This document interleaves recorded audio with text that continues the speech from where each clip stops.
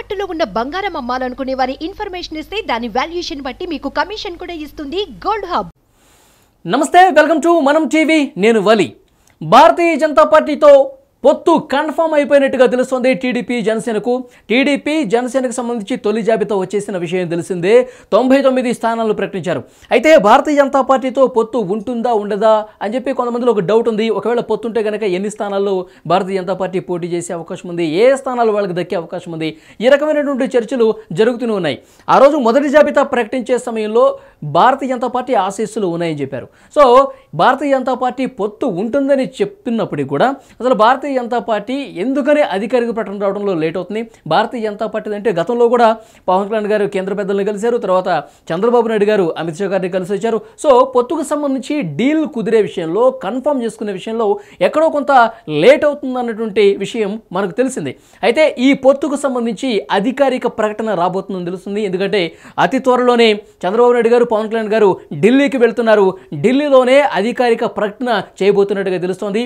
అమిత్ షా గారితో, ప్రధాని మోదీ గారితో, దాంతోపాటు జేపీ నడ్డా గారితో భేటీ అయిన తర్వాత పొత్తుకు సంబంధించి ఒక కన్ఫర్మ్ చేసుకుని ఆ సీట్లకు సంబంధించినటువంటి విషయాలు కూడా కన్ఫర్మ్ చేసుకుని 5వ తారీఖు మార్చి 5న అఫీషియల్ అనౌన్స్మెంట్ పొత్తుకు సంబంధించి వచ్చే అవకాశం కనిపిస్తుంది.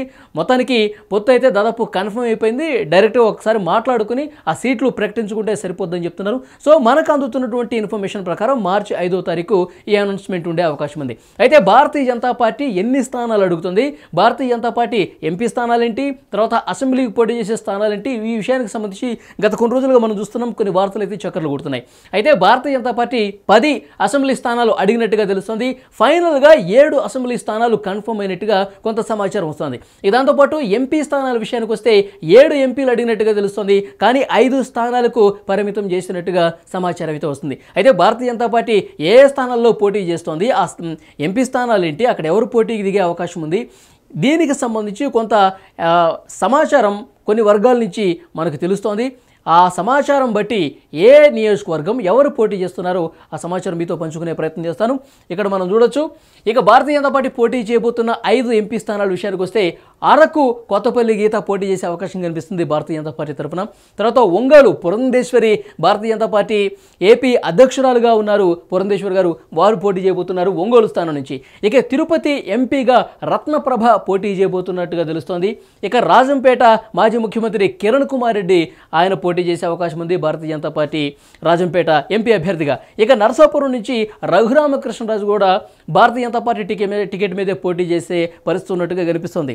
యాక్చువల్గా మొన్న తాడేపల్లిగూడెం సభలో కూడా RRR రఘురామకృష్ణరాజు కనిపించారు. అయితే ఆయన తెలుగుదేశం పార్టీ నుంచి పోటీ చేస్తారని కూడా కొన్ని ఊహాగానాలు అయితే వినిపించాయి. సో దాదాపుగా భారతీయ జనతా పార్టీ నుంచే ఆయన పోటీ చేసే అవకాశం ఉంది. సో పొత్తు కన్ఫర్మ్ అయిపోయిన తర్వాత ఇక భారతీయ జనతా పార్టీ కండువా కప్పుకోవడమే తర్వాయి వైసీపీకి ఆల్రెడీ రాజీనామా చేసిన విషయం తెలిసిందే. సో పొత్తు కోసం ఆయన ఎన్ని రోజులు వెయిట్ చేశారు. పొత్తు అయిన తర్వాత భారతీయ జనతా పార్టీలోనే ఆయన జాయిన్ అయ్యే అవకాశం ఉందని ఒక సమాచారం వస్తుంది. ఆ స్థానం నుంచి బీజేపీ అభ్యర్థిగా రఘురామకృష్ణరాజు గారు పోటీ చేసే అవకాశం కనిపిస్తోంది. సో ఈ 5 స్థానాలు అయితే పూర్తిగా కన్ఫర్మ్ అయిపోయినట్టుగా ఒక ఇన్ఫర్మేషన్ అయితే వస్తుంది. అంటే చివరిలో ఏమన్నా చిన్న మార్పులు ఏమైనా జరిగితే జరగవచ్చు, కానీ 99% ఈ స్థానాల్లో ఈ అభ్యర్థులే పోటీ చేసే అవకాశం ఉందని ఒక సమాచారం అయితే వస్తుంది. యాక్చువల్గా భారతీయ జనతా పార్టీ రాకపోతే కనుక తెలుగుదేశం పార్టీ 20 ఎంపీ స్థానాలు, జనసేన 5 ఎంపీ స్థానాలు పోటీ చేసే అవకాశం మొత్తం 25 కాబట్టి. సో ఇప్పుడు భారతీయ జనతా పార్టీ వస్తున్నటువంటి సమాచారంతోనే పొత్తు దాదాపుగా కన్ఫర్మ్ అవుతున్నటువంటి చర్చలు జరుగుతున్న నేపథ్యంలోనే జనసేన 3 ఎంపీ స్థానాలకు పరిమితమైంది. సో 5 ఎంపీ స్థానాలు భారతీయ జనతా పార్టీ పోటీ చేసే అవకాశం ఉన్నట్టుగా మనకి ఇన్ఫర్మేషన్ వస్తుంది. ఆ 5 స్థానాలు ఇవి. ఇప్పుడు ఎంపీ స్థానాలు వీలైనన్ని ఎక్కువ స్థానాలు సాధించాలని కృత నిశ్చయంతో భారతీయ జనతా పార్టీ ఉంది. ఎందుకంటే ఇప్పుడు ఈ ఎన్నికలు చాలా కీలకం. భారతీయ జనతా పార్టీకి హ్యాట్రిక్ కొట్టాలని చాలా గట్టి పట్టుదలతో ఉన్నారు. సో దక్షిణాది నుంచి వీలైనన్ని ఎక్కువ స్థానాలు సంపాదించుకోవడానికే ఇట్లా పొత్తు పెట్టుకుని ముందుకెళ్తేనే బాగుంటుందన్న ఆలోచన బీజేపీ హైకమాండ్ కూడా చేసింది. ఇప్పుడు తమిళనాడు చూసుకోండి, దక్షిణాదిలో పెద్దగా స్థానాలు వచ్చే పరిస్థితి లేదు. కేరళలో కూడా అలాంటి సిచ్యువేషన్ ఉంది. తర్వాత ఇక కర్ణాటక చూసుకుంటే అక్కడ కాంగ్రెస్ పార్టీ మొన్న అధికారంలోకి వచ్చింది కాబట్టి అక్కడ కూడా నామం మాత్రమే తెలుస్తుంది. తెలంగాణలో కూడా కాంగ్రెస్ పార్టీ అధికారంలోకి వచ్చింది కాబట్టి భారతీయ జనతా పార్టీ సో గతంలో లాగే నామినల్గా 3-4 స్థానాలు ఈసారి కూడా గెలుచుకునే అవకాశం ఉంది. సో వీళ్ళని ఎక్కువ స్థానాలు ఎక్కడైతే మనకు దొరుకుతాయో అక్కడే మనం తీసుకుని వీళ్ళని ఎక్కువ ఎంపీ స్థానాలు గెలుచుకుంటే మనకు బాగుంటుందన్న ఒక ఉద్దేశంతో 5 అడిగినట్టుగా తెలుస్తుంది. యాక్చువల్గా 7 అడిగారు, 5 కన్ఫర్మ్ చేసుకున్నట్టుగా మనకు తెలుస్తుంది. 5 స్థానాల్లో ఈ పేర్లు అయితే చాలా స్పష్టంగా మనకు అర్థమవుతుంది. ఇక ఎమ్మెల్యే స్థానాలు ఏంటి, ఈ విషయానికి సంబంధించి మీకు కొంత ఇన్ఫర్మేషన్ ఇచ్చే ప్రయత్నం చేస్తాను.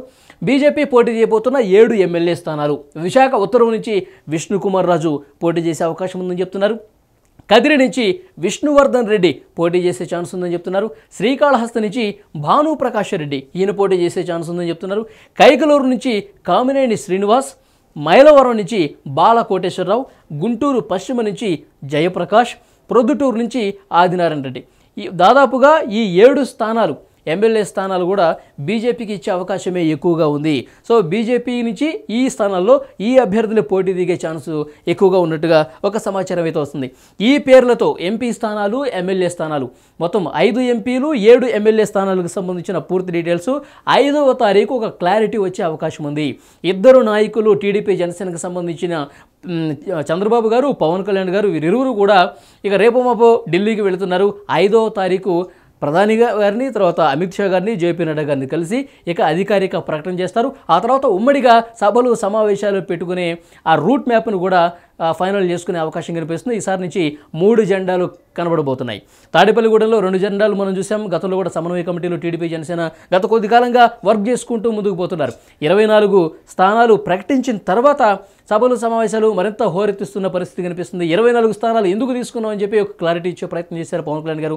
సో రూట్ లెవెల్లో బలోపేతంగా ఉన్న తెలుగుదేశం పార్టీతో అదేవిధంగా మనం కలిసి పనిచేసి ఎట్టి పరిస్థితుల్లో అధికార వైసీపీని గద్దె దించడమే లక్ష్యంగా పనిచేయాలని కింద క్యాడర్ కూడా పిలుపునిస్తున్నటువంటి పరిస్థితుల్లో ఇప్పుడు భారతీయ జనతా పార్టీ కూడా వచ్చి చేరితే మరింత బలోపేతమై ఈసారి ఎట్టి పరిస్థితుల్లో ఆంధ్రప్రదేశ్లో ప్రభుత్వ ఏర్పాటు తథ్యం.